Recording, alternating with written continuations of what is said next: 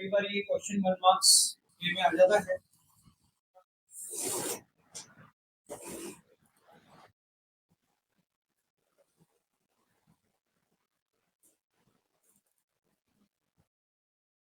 तो क्या लिखा है question?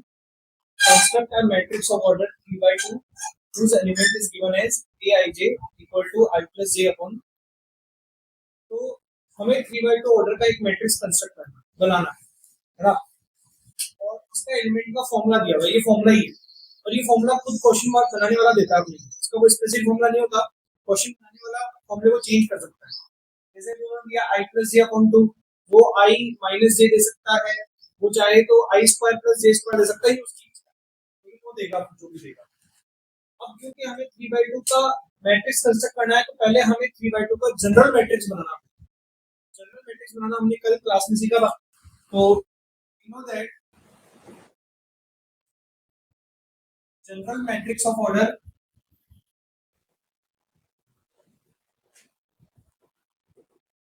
order 3/2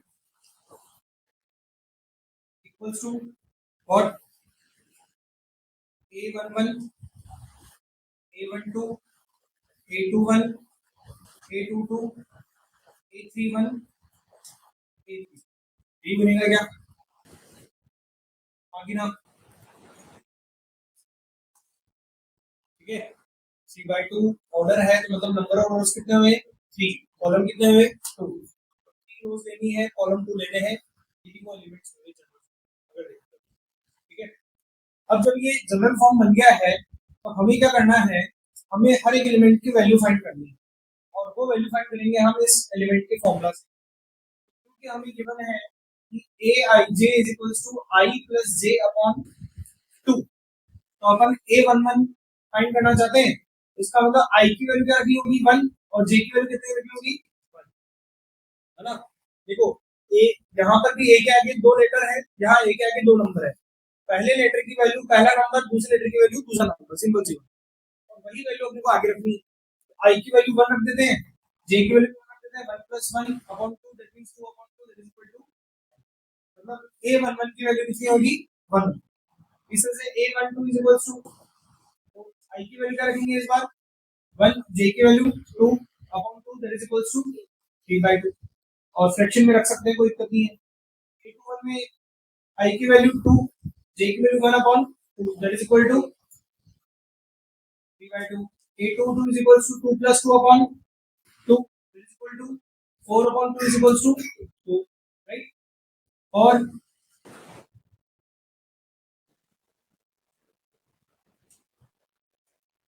a31 is equals to 3 plus 1 upon 2 is equals to 4 upon 2 that is equal to 2, और last में हो गया a32 is equals to 3 plus 2 upon 2 is equals to 5 upon 2। ये अपने पास सारे एलिमेंट्स की वैल्यू आ गई। ये आने के बाद हम लिखेंगे सो रिक्वायर्ड मैट्रिक्स इज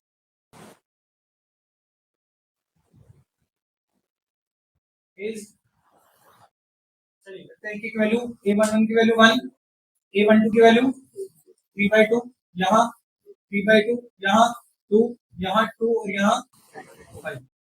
ये हमारा रिक्वायर्ड मैट्रिक्स हो गया। बहुत सिंपल सा क्वेश्चन होगा, है ना। ऑर्डर आपको क्वेश्चन खुद देगा, और जो एलिमेंट का फॉर्मूला है वो भी क्वेश्चन खुद बना के देगा। हमें बस एलिमेंट के फॉर्मूला में आई और जे की वैल्यू रखते रखते सारे एलिमेंट की वैल्यू फाइंड करनी है, और वेरी वेरी सिंपल क्वेश्चन।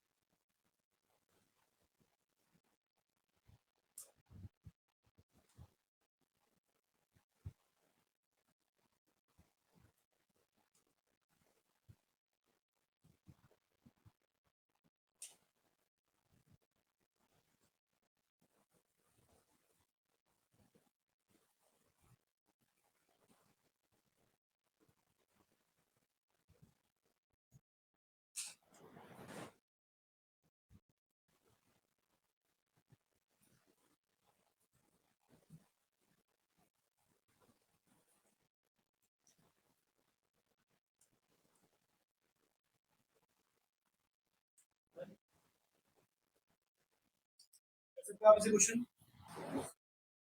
ठीक है, तो नेक्स्ट क्वेश्चन आप करो। Construct a matrix of order 3 by 3 whose element is given as aij is equals to I square minus j square.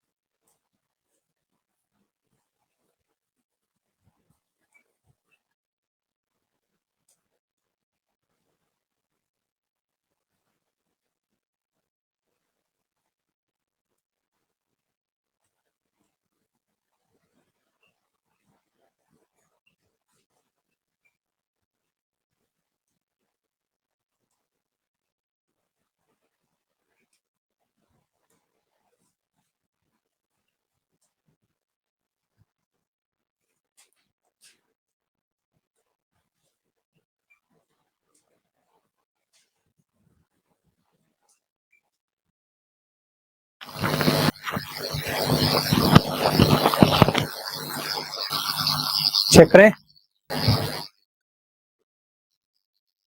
देखिए मेरे अकॉर्डिंग इसका सॉल्यूशन जो आएगा, फर्स्ट एलिमेंट बनेगा 0, next -3, next -8, next 3, then 0, then -5, then 8, then 5 and then 0. This must be the answer. आपका भी ये आ रहा है? ठीक है, तो मतलब हम इस पैटर्न ऑफ क्वेश्चन के लिए कंफर्टेबल हैं। अगर ऐसा कोई क्वेश्चन आता है तो हम कर सकते हैं, राइट? ठीक है, नेक्स्ट हेडिंग लिखें आप, equality of two matrices.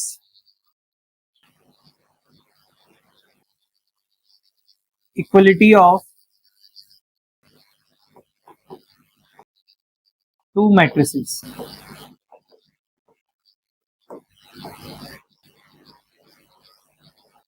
Matrices is the plural form of matrix. इसमें लिखें आप, two matrices, two matrices are called equal matrices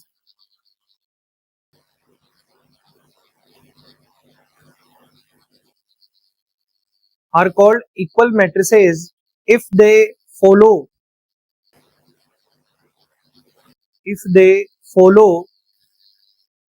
following both conditions. Following both conditions.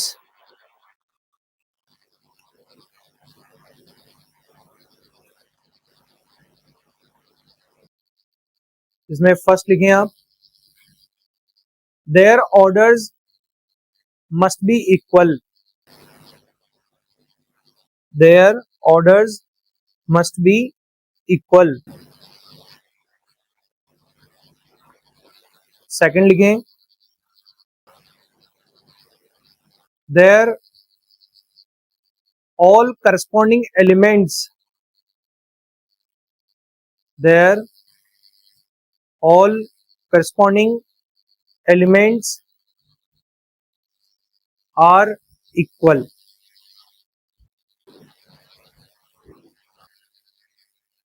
तो दो कंडीशन होती है जिनको ऑब्जर्व करके हम पता कर सकते हैं कि दो मैट्रिसेस इक्वल है कि नहीं। पहली बात तो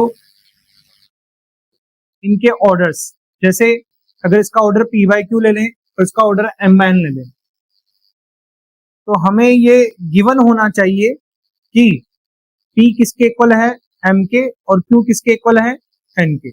तब जाके ये कंफर्म हो जाएगा कि p बाई क्यू और m बाई n आपस में इक्वल होंगे। Do we agree about it? अच्छा, p अगर n के इक्वल हो गया और q अगर m के इक्वल हो गया तो भी क्या इक्वल ऑर्डर रहेगा? नहीं, in that case I would not से, जरूरी नहीं कि इक्वल हो, राइट। दूसरा, यहां अगर अपन एलिमेंट ले लें a b c d e f g और h, तो यहाँ a किसके इक्वल होना चाहिए, e के, b किसके इक्वल होना चाहिए, f के, c इक्वल होना चाहिए g के, और d इक्वल होना चाहिए h के। ये जब बातें गिवन होंगी, ये दोनों बातें, तब हम कह सकेंगे क्या कि matrices are equal. Matrices are equal. Order भी सेम होना चाहिए और करस्पॉन्डिंग एलिमेंट्स भी कैसे होने चाहिए, सेम होने चाहिए, तब जाके मैट्रिसेस इक्वल कहलाएंगे। क्लियर है? ठीक है। और हम इस स्टेटमेंट को कन्वर्स भी कह सकते हैं। कन्वर्स कहने का मतलब, if two matrices are given equal, then we can say two things. First thing, their orders will be equal, कह सकेंगे अपन, और दूसरी बात हम कह सकेंगे their corresponding elements will also be equal। ठीक है, कन्वर्स भी कह सकते हैं। तो अपन को लिखना चाहिए चीज, लिखें आप, we can say converse, note meaning summary, next line में लिखें, we can say converse statement also,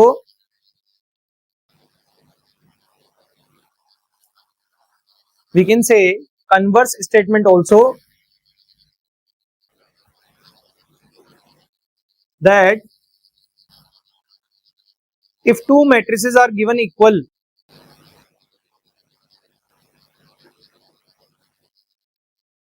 if two matrices are given equal, then first लिखो,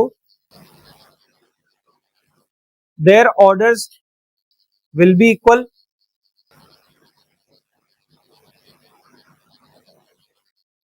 their orders will be equal,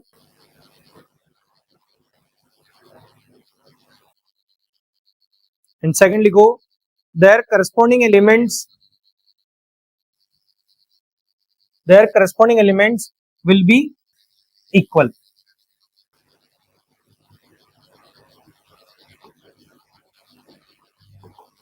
Their corresponding elements will be equal।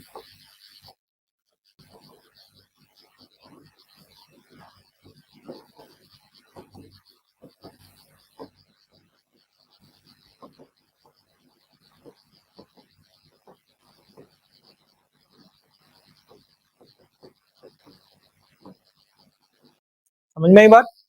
अगर दो matrices equal given है तो उनके corresponding elements भी equal होंगे और उनके ऑर्डर भी आपस में इक्वल होंगे। अब इन दोनों बातों को समझ करके अपन एक क्वेश्चन पर फॉरवर्ड करते हैं। Find x and y if these two are given what equal.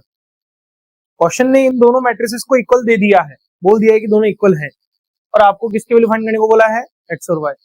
अब since matrices are given equal we can say that their corresponding elements are also equal. ये बात कहने में कोई दिक्कत है नहीं अपने को। तो bye comparison we can say that corresponding elements will be equal, which means 7 is equals to x minus 3, which says that x must be equal to what, and minus 2 must be equal to y plus 7, so y must be equal to minus 9. So like this we got the value of x and y. Simple question hai, right? Write down this.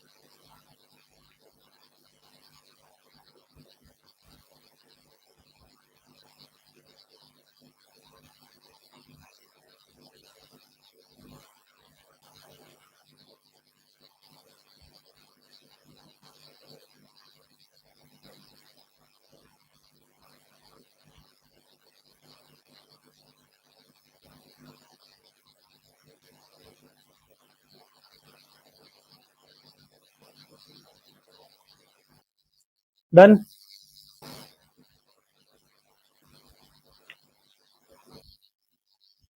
Next question.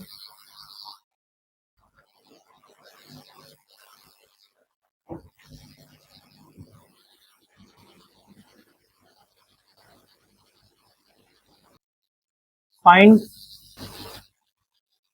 values of x, y and z if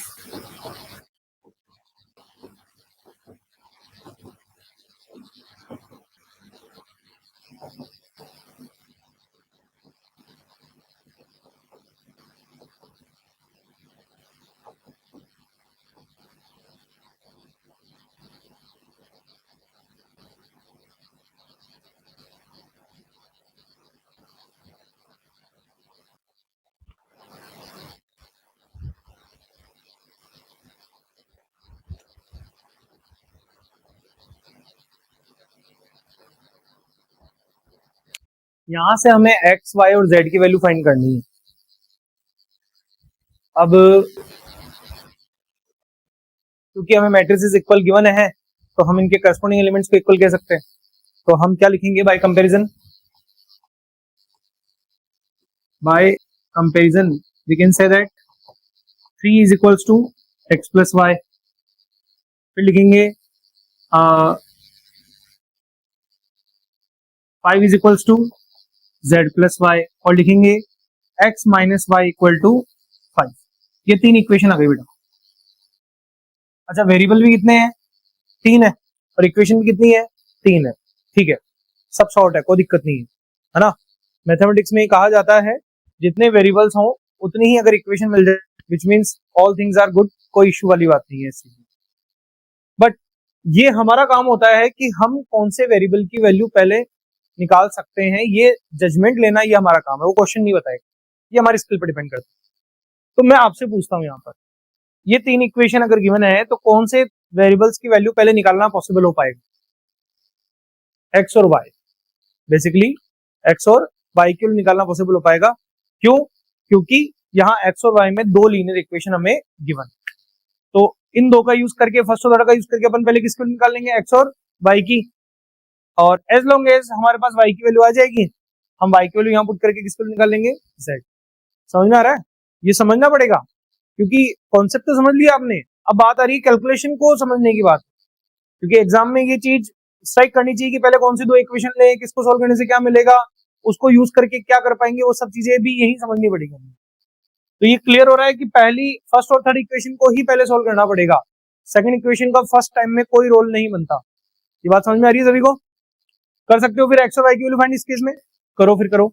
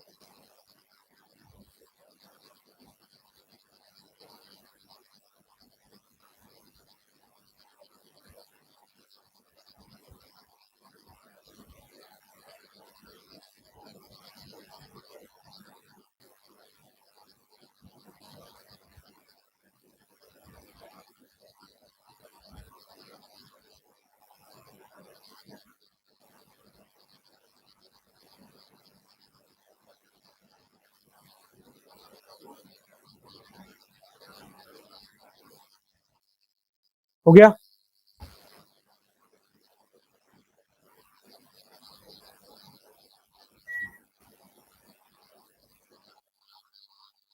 x की value 4, Y की value -1 और Z की value 6। बिल्कुल सही, बिल्कुल सही।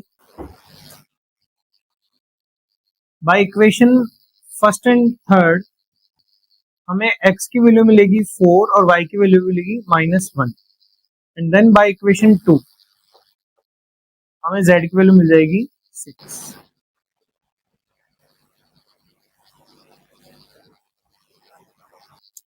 कोई doubt इसमें की बात?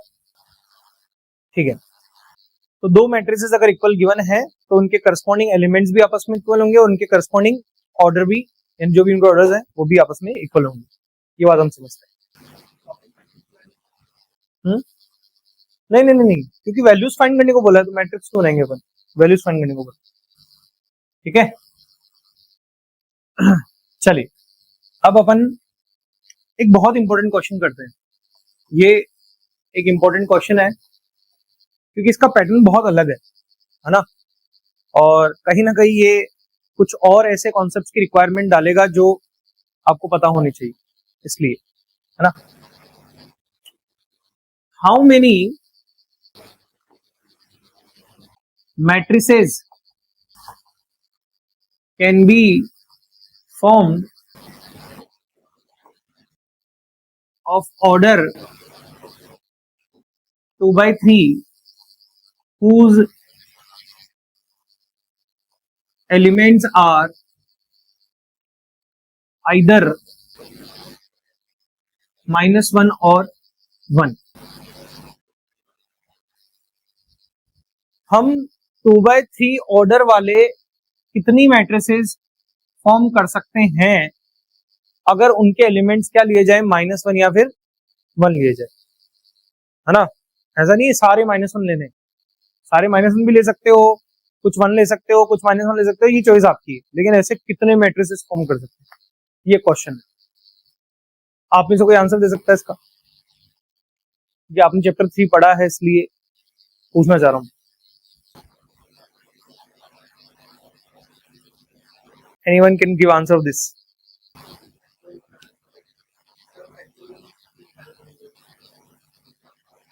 नहीं, 16 नहीं होगा, फैक्टोरियल से भी नहीं आएगा। 62, 62 नहीं।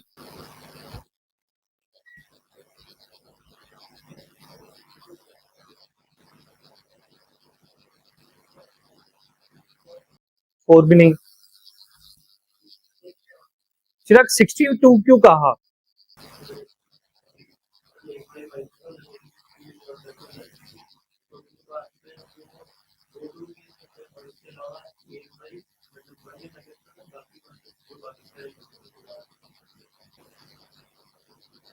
यानी कि एक मैट्रिक्स में एक बार 1, बाकी सारे -1। फिर ऐसे तो बहुत सारे केसेस बनेंगे ना, मतलब तो ये काउंट 62 कैसे काउंट किया?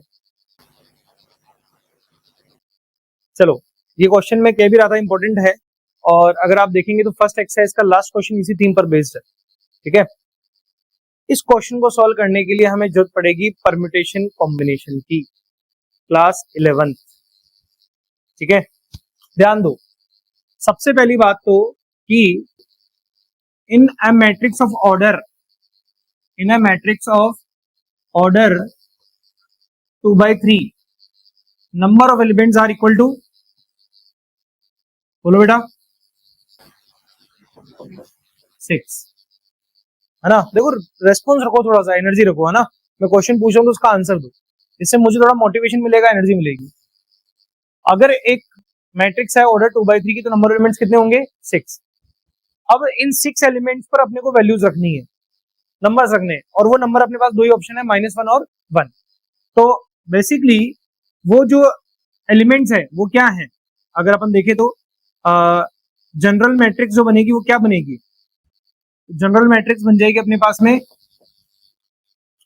A11, A12, A13, A21, A22, A23। ये जनरल मैट्रिक्स बन जाएगी क्या? ठीक है, अब इसमें अगर हम देखें तो 6 प्लेसेस है, विच आर व्हाट? A11, है ना, या A11 यहां लिख देता हूं, A12, A13, A21, A22 और A2, है ना। मैं बेसिकली ब्लॉक थ्योरी यूज कर रहा हूं परम्यूटेशन कॉम्बिनेशन। इस प्लेस को कितने तरीके से फिल कर सकते हैं? 2 बाय -1 और 1, सिंपल सी बात है। इस प्लेस को कितने तरीके से फिल कर सकते हैं? इसको, इसको, इसको और इसको भी, क्योंकि सबके लिए दो ही ऑप्शन है, -1 या फिर 1। तो अब यहां बात आती है कि इन सभी प्लेसेस को फिल करना है या किसी एक को फिल करना है? सबको फिल करना है ना, मैट्रिक्स बनाना है तो, है ना। तो अगर सबको फिल करना है तो हमें कौन सा मेथड यूज करना पड़ेगा, कौन सा प्रिंसिपल यूज करना पड़ेगा? फंडामेंटल प्रिंसिपल ऑफ मल्टीप्लिकेशन, जो कहता है कि अगर आपको किसी काम को पूरा करना है और उसके कुछ छोटे छोटे टास्क हैं, तो उन छोटे छोटे सभी टास्क को पूरा करते हुए अगर काम कंप्लीट होगा, तो हमें हर छोटे टास्क के नंबर ऑफ वेज को मल्टीप्लाई करना पड़ेगा। तो यहां पर number of ways bye fundamental principle of multiplication, है ना। नंबर ऑफ क्या लिखें? Number of ways in which these blocks can be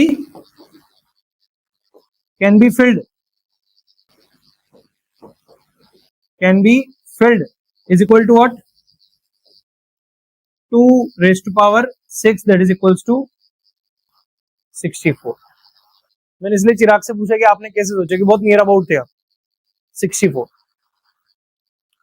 और अगर इन सभी ब्लॉक्स को भरने के तरीके हैं 64, तो मैट्रिक्स बनने के तरीके भी कितने होंगे? 64 ही होंगे। So number of matrices possible equal to 64।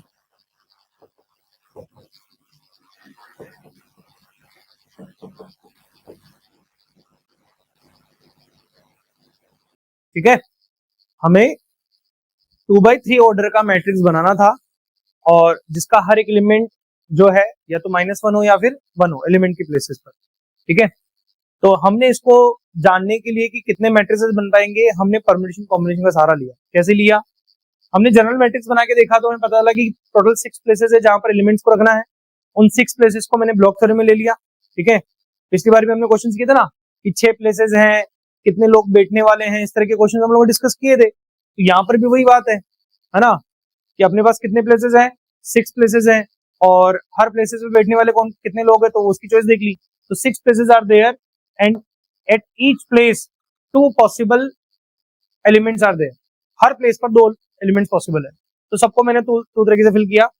और फंडामेंटल प्रिंसिपल ऑफ मल्टीप्लिकेशन, क्योंकि सबको फिल करना जरूरी है, इसलिए नंबर ऑफ वेज क्या बने 2 raise to power 6, 2 into 2 into 2 into कब तक 6 टाइम तक, तो 2 raise to power 6 equal to 64।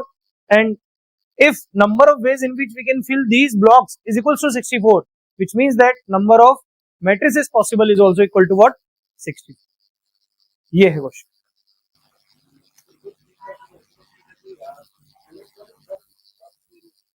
मैं ये तो बोल रहा हूँ एक्सरसाइज में क्वेश्चन है ये वाला, उसमें शायद उसमें 3x3 का ऑर्डर बनाना वाला था, 3x3 मैट्रिक्स।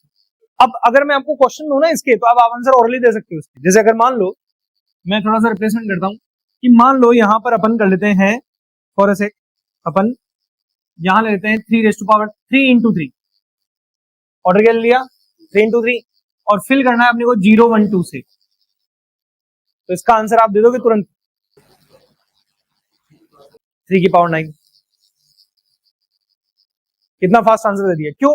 क्योंकि पिक्चर क्लियर है, 3x3 में एलिमेंट्स कितने आएंगे 9, हर एक ब्लॉक कितने तरीके से फिल होगा 3 से, तो कितने ब्लॉक्स फिल करने हैं 9, तो 3 raise to power 9 is the answer. उसको सॉल्व करके जो भी आंसर आएगा, लेकिन 3 रेज़ टू पावर 9 आंसर आ गया, कितना स्पीड में आया, क्योंकि अपन अभी कॉन्सेप्ट सीख चुके। क्लियर है चीज, है ना? तो पैटर्न यही रहेगा, ज्यादा कुछ नहीं बदलेगा, यहाँ ऑर्डर बदल सकता है और यहाँ नंबर ऑफ एलिमेंट्स बदल सकते हैं, जिससे हमें खास फर्क नहीं पड़ने वाला है, ये मैं जानता हूँ। ठीक है, लेकिन आप ये question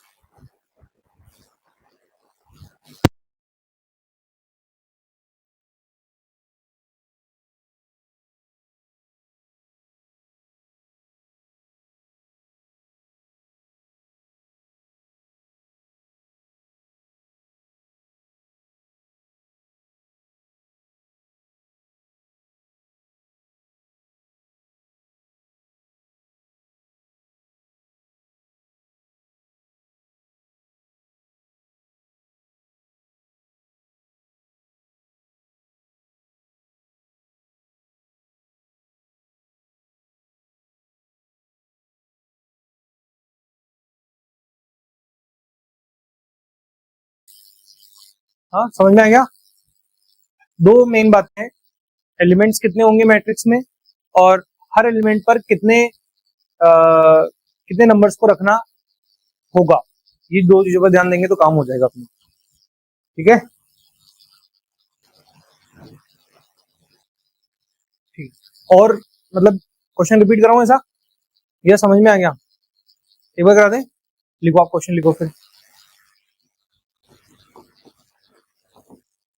find number of possible matrices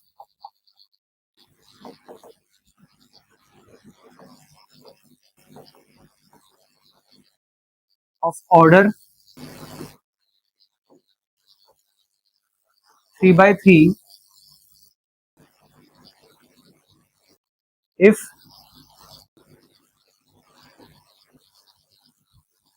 element of matrix are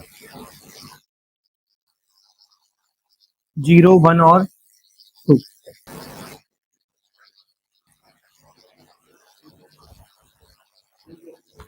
हम्म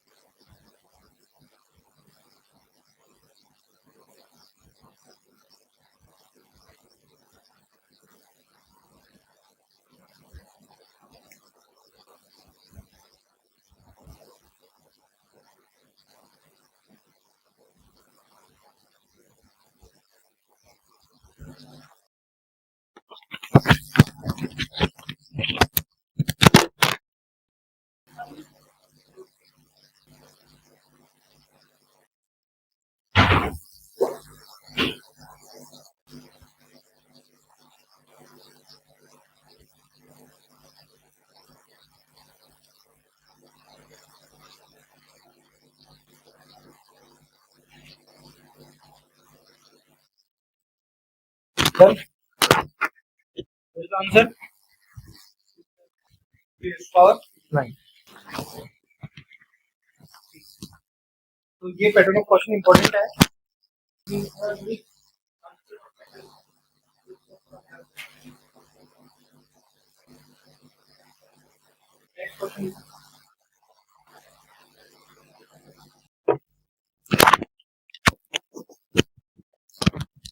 आगे बढ़े ना, लिख लिया ना सभी ने? ठीक है, नेक्स्ट क्वेश्चन है, how many row matrices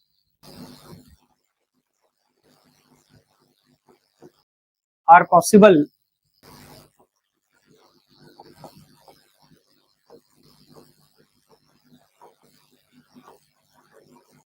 possible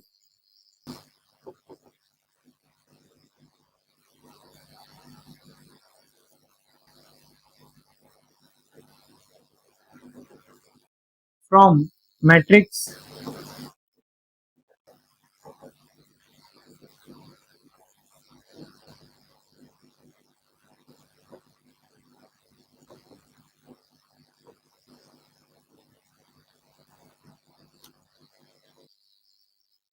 row matrix. इसके बारे में हम आगे भी पढ़ेंगे, जब हम टाइप्स ऑफ मैट्रिसेस पढ़ेंगे तब रो मैट्रिक्स के बारे में पढ़ेंगे। मैं बता दूं, रो मैट्रिक्स एक ऐसी मैट्रिक्स होती है जिसमें नंबर ऑफ रोज 1 होती है, जिसके नंबर ऑफ रोज कितनी होती है 1। तो यहाँ पर अपने को कितनी रोज दिखाई दे रही है, पहली बात तो 2 है ना। अगर इस गिवन मैट्रिक्स के अंदर बात करें तो यहाँ 2 रोज दिखाई दे रही है, और क्योंकि 2 रोज दिखाई दे रही है तो इसका मतलब है कितनी रो मैट्रिक्स बन सकती है, 2 रो मैट्रिक्स बन सकती है। ठीक है, तो since there are 2 rows in this given matrix, so 2 row matrix are possible। और अगर पूछ भी ले कि कौन कौन सी बन सकती है, व्हाट आर दे, है ना, अगर पूछ ले कि व्हाट आर दे, तो पहली रो मैट्रिक्स क्या बनेगी, -3 5 7, और दूसरी रो मैट्रिक्स क्या बनेगी 2 -1 3। इस तरह से 2 रो मैट्रिक्स बन जाएगी। ऑर्डर चेंज करेंगे मतलब नहीं, मतलब वो रो मैट्रिक्स तो है लेकिन इस मैट्रिक्स की रो मैट्रिक्स नहीं बन पाएगी, हमें इस मैट्रिक्स की रो मैट्रिक्स बनानी है, ध्यान दो। तो फिर वो इस मैट्रिक्स की नहीं बनेगी, वो किसी और मैट्रिक्स की बनेगी। तो इस बात पे हमें विशेष ध्यान देना चाहिए, right.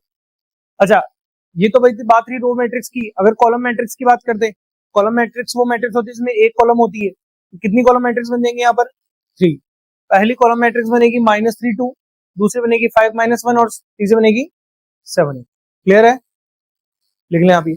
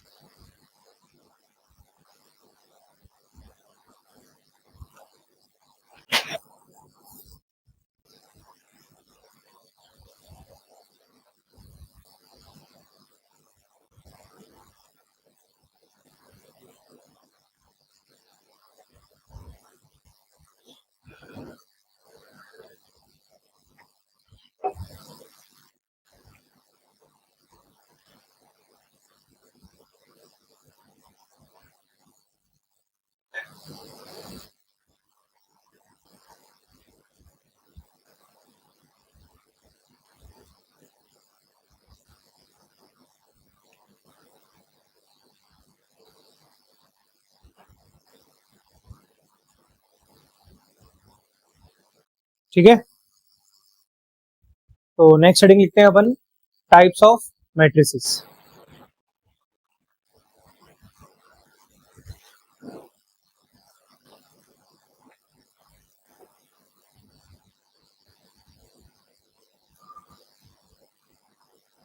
Types of matrices,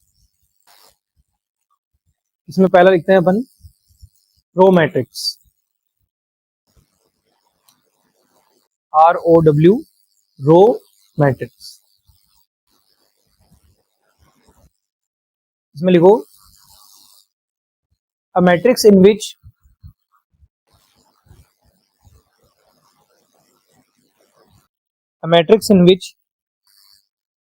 only one row exists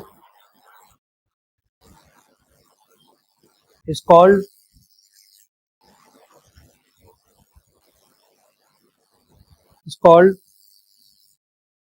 row matrix, है ना। एक ऐसी मैट्रिक्स जिसमें केवल एक ही रो हो उसे हम रो मैट्रिक्स कहते हैं। तो जैसे एग्जांपल है अपने पास में -7 8 5 2 3,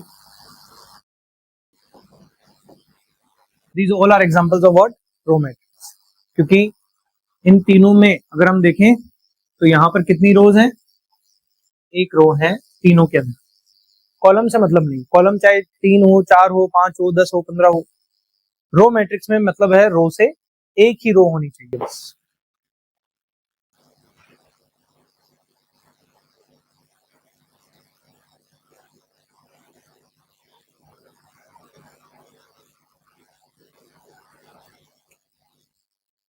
ठीक है,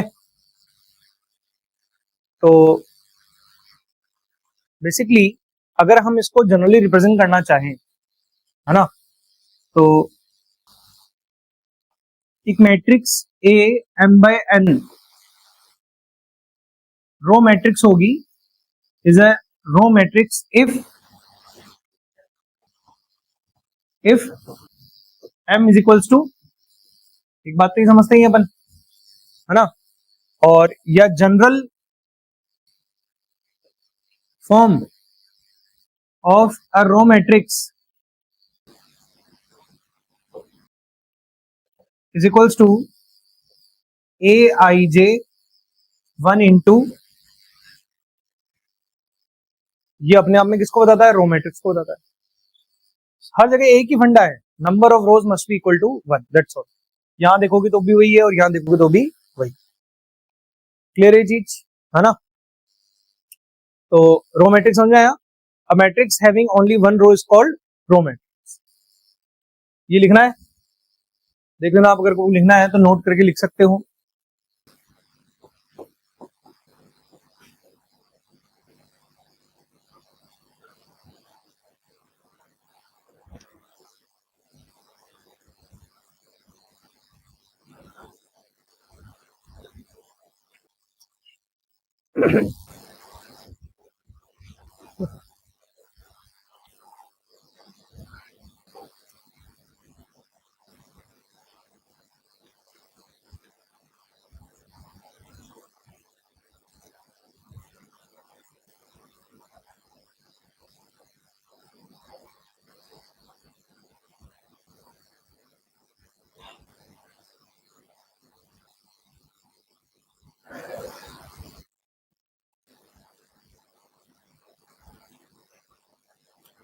ठीक है, ऐसे ही सेकंड लिखो column matrix.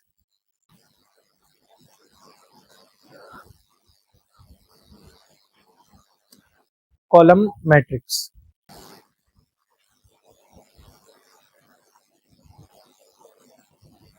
a matrix having only one column, a matrix having only one column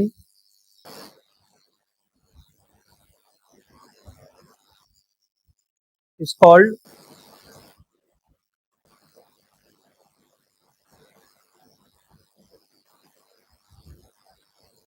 column matrix. It's called column matrix.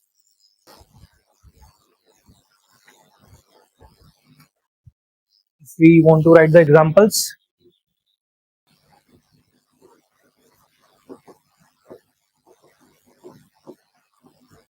this is an example, another example. All these are what? Column matrix, because all these are having one column.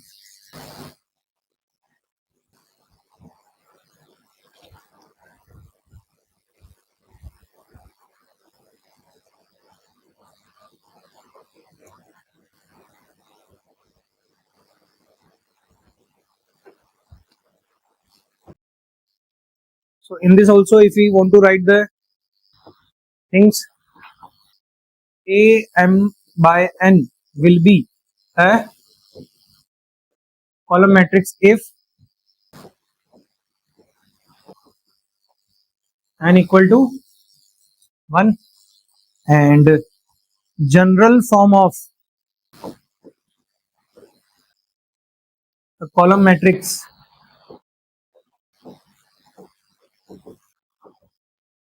is aij m by 1.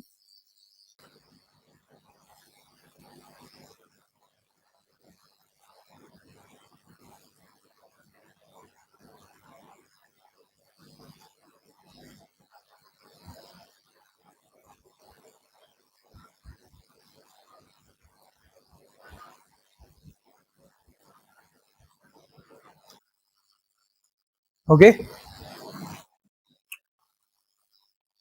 चलिए अभी यहीं तक रखते हैं। What do you have to do, exercise first complete करेंगे आप 3.1, है ना। और as you know exercise copy अलग बनेगी, नोट्स कॉपी अलग बनेगी। एक्सरसाइज 3.1 कंप्लीट कर लेंगे।